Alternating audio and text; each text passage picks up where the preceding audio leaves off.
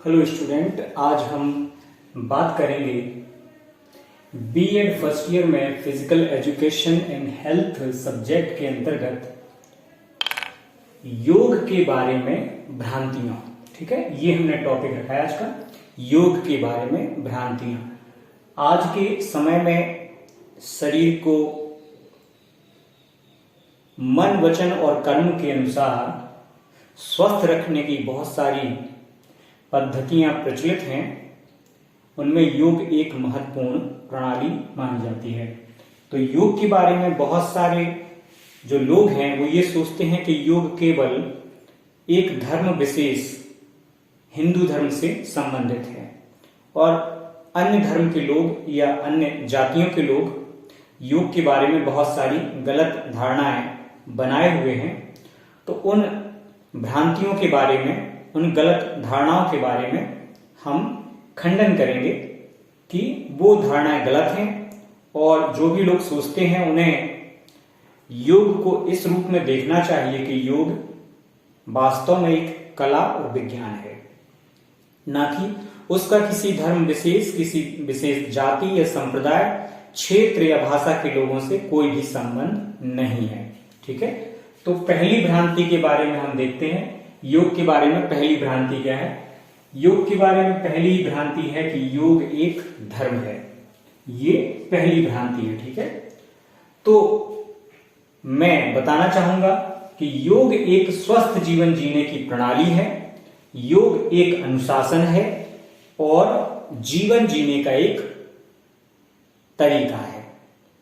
और योग का किसी भी धर्म से, किसी भी जाति से, किसी भी संप्रदाय से, किसी भी क्षेत्र या भाषा के व्यक्तियों से कोई संबंध नहीं है, बल्कि यह हमारे पूर्वजों द्वारा खोजी गई जीवन जीने की एक ऐसी प्रणाली है जिसके द्वारा व्यक्ति मनसा वाचा कर्मणा स्वस्थ जीवन जी सकता है और उसके तन और मन में एक संतुलन स्थापित किया जा सकता है। जब हमारा मन संतुलित अवस्था में होता है तो हमारा तन भी उस मन के अकॉर्डिंग ही काम करता है और हम सकारात्मक विचारों को अपनाते हैं और सकारात्मक कार्यों को करते हैं, जिससे कि क्या होता है कि हमारे जीवन में एक सकारात्मक पक्ष प्रभावी होता है और हम जीवन में विकसित होते हैं, सुविकसित होते हैं और सर्वांगीण विकास को प्राप्त करते हैं। दूसरी मुख्य भ्रांति है योग कुंडलिनियों का जागरण है। यानी कि बहुत सारे लोग कहते हैं कि योग एक ऐसी क्रिया है जिसके द्वारा कुंडलिनियों को जागृत किया जाता है। तो मैं ये बताना चाहूंगा कि ऐसी कोई भी बात नहीं है। ठीक है, अभी तक की जानकारी में ऐसी कोई भी बात शामिल नहीं आई है और जो हम योग करते हैं वास्तव में उसमें ऐसी किसी प्रक्रिया को अभी तक नहीं पाया गया है। मानव शरीर में असीमित ऊर्जा का भंडार होता है, ये इस बात से सभी लोग परिचित हैं। और हमारी जो शरीर की असीमित ऊर्जा है, तो ऊर्जा को एक स्थान से दूसरे स्थान पर या एक रूप से दूसरे रूप में बदला जा सकता है, उसे परिवर्तित करा के उपयोग किया जा सकता है। तो उस शरीर की असीमित ऊर्जा का उपयोग मनुष्य अपनी समस्याओं के निवारण में एक सहायक के रूप में करना सीखता है और अपनी असीमित ऊर्जा को संतुलित अवस्था में रखने में योग एक ऐसी प्रणाली है जो कि हमारी असीमित ऊर्जा को संतुलित रखती है, उसे कंट्रोल रखती है, नियंत्रित रखती है। और जब भी हमारे जीवन में कोई समस्या आती है तो उस समस्या से निपटने में, उस समस्या को दूर करने में हम उस ऊर्जा का उपयोग करते हैं। ठीक है, तो योग क्या है? हमारी ऊर्जा को संरक्षित, सुव्यवस्थित करने का एक तरीका है। योग केवल सेवानिवृत्ति के बाद की योजना है। ये भी एक बहुत बड़ी धारणा है आजकल के लोगों में कि योग जो है वो तो 60 साल के बाद करना चाहिए, यानी बुढ़ापे वाले, बूढ़े लोगों की प्रणाली है, बूढ़े लोग ही इसको करते हैं। लेकिन क्या जीवन में जो युवा लोग हैं वह शारीरिक, मानसिक व्याधियों से और रोगों से या तनावों से नहीं गुजरते हैं, तो निश्चित रूप से जो युवा है उनको तो और भी अधिक आवश्यकता है, क्योंकि वो निरंतर शारीरिक बीमारियों से, मानसिक बीमारियों से, व्याधियों से, रोगों से और तनावों से गुजरते हैं। उनके जीवन में तो हमेशा ही उथल पुथल मची रहती है। तो उस उथल पुथल से बचने का सबसे आसान तरीका है योग, जिसके माध्यम से व्यक्ति अपने आप को सुव्यवस्थित कर सकता है, अपने आप को वातावरण के अनुकूल ला सकता है और एक दूसरे के साथ सामंजस्य बिठाने में अपने आप को सहज पाता है योग के द्वारा। तो ये बिल्कुल नहीं मानना चाहिए कि योग केवल सेवानिवृत्ति के बाद की योजना है, बल्कि योग तो युवाओं के लिए भी उतना ही लाभकारी है जितना कि वृद्धजनों के लिए लाभकारी होता है। ये कहा गया है कि योग जो है वो मां के गर्भ में, शिशु जब मां के गर्भ में आता है तब ही स्वतः प्रारंभ होने वाली एक क्रिया मानी जाती है। यानी जैसे ही शिशु अपने माता के गर्भ में आता है, योग जो क्रिया है वह अपने आप ही प्रारंभ हो जाती है जीवन में। अगली भ्रांति है योग रोग एवं व्याधि से ग्रसित व्यक्ति के लिए अंतिम राहत पहुंचाने वाला साधन है। तो ऐसा बिल्कुल नहीं है। आज के समय में जो लोग योग को अपनाते हैं, तो जब वो सभी प्रकार की अंग्रेजी या आयुर्वेदिक दवाओं से तंग आ जाते हैं और उन्हें स्वस्थ शरीर प्राप्त नहीं हो पाता है या उनका तन और मन अव्यवस्थित रहता है, किसी रोग से पीड़ित रहता है, तो वो अंतिम उपचार के रूप में योग को अपनाते हैं। लेकिन अगर वो प्रारंभ से ही योग को अपनाए तो इन शारीरिक और मानसिक व्याधियों से उन्हें कभी गुजरना ही नहीं पड़ेगा, क्योंकि योग केवल श्वसन या हृदय रोग में ही मुख्य भूमिका में होता है ऐसा नहीं है, बल्कि योग हमारे संपूर्ण शरीर को सुव्यवस्थित रखने का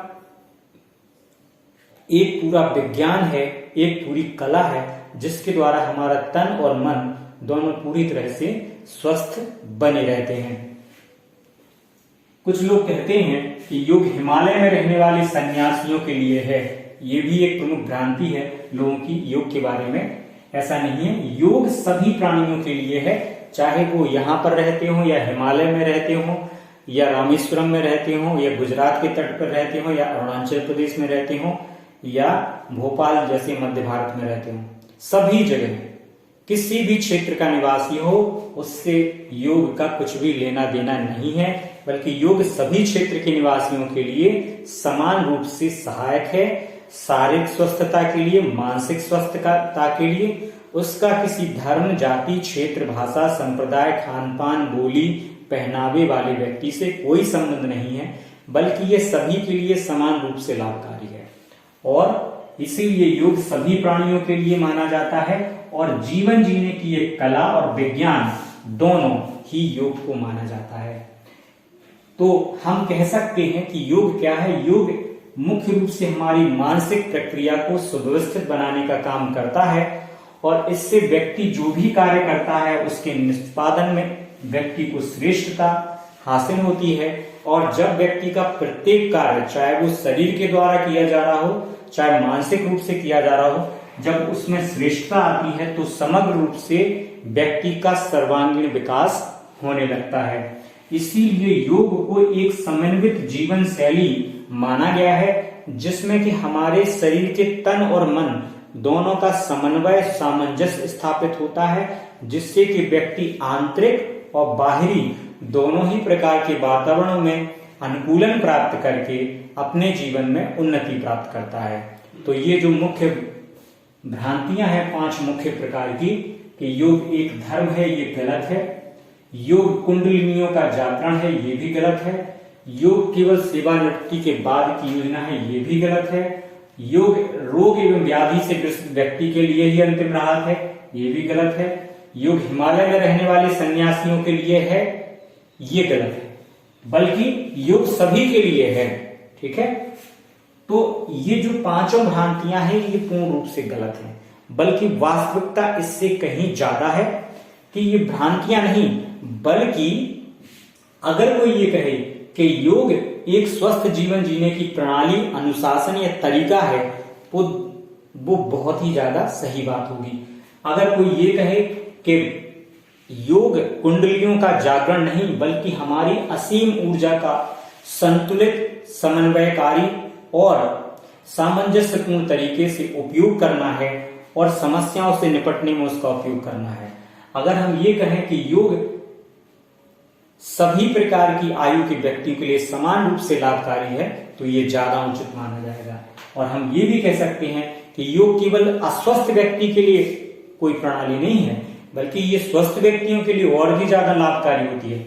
अस्वस्थ व्यक्ति के लिए लाभकारी होती है, लेकिन स्वस्थ व्यक्ति के लिए और भी अधिक लाभकारी होती है, क्योंकि वो अस्वस्थ नहीं होगा। और योग क्या है, सभी प्राणियों के लिए समान रूप से लाभकारी है। और योग एक कला और विज्ञान है, जीवन जीने की कला और विज्ञान है। तो इसमें हमारी शारीरिक और मानसिक प्रक्रियाओं को व्यवस्थित करने का काम होता है। इससे हमारे कार्य निष्पादन में सुनिश्चितता प्राप्त होती है, जिससे कि व्यक्ति अपने जीवन में समन्वित जीवन शैली को शामिल कर पाता है।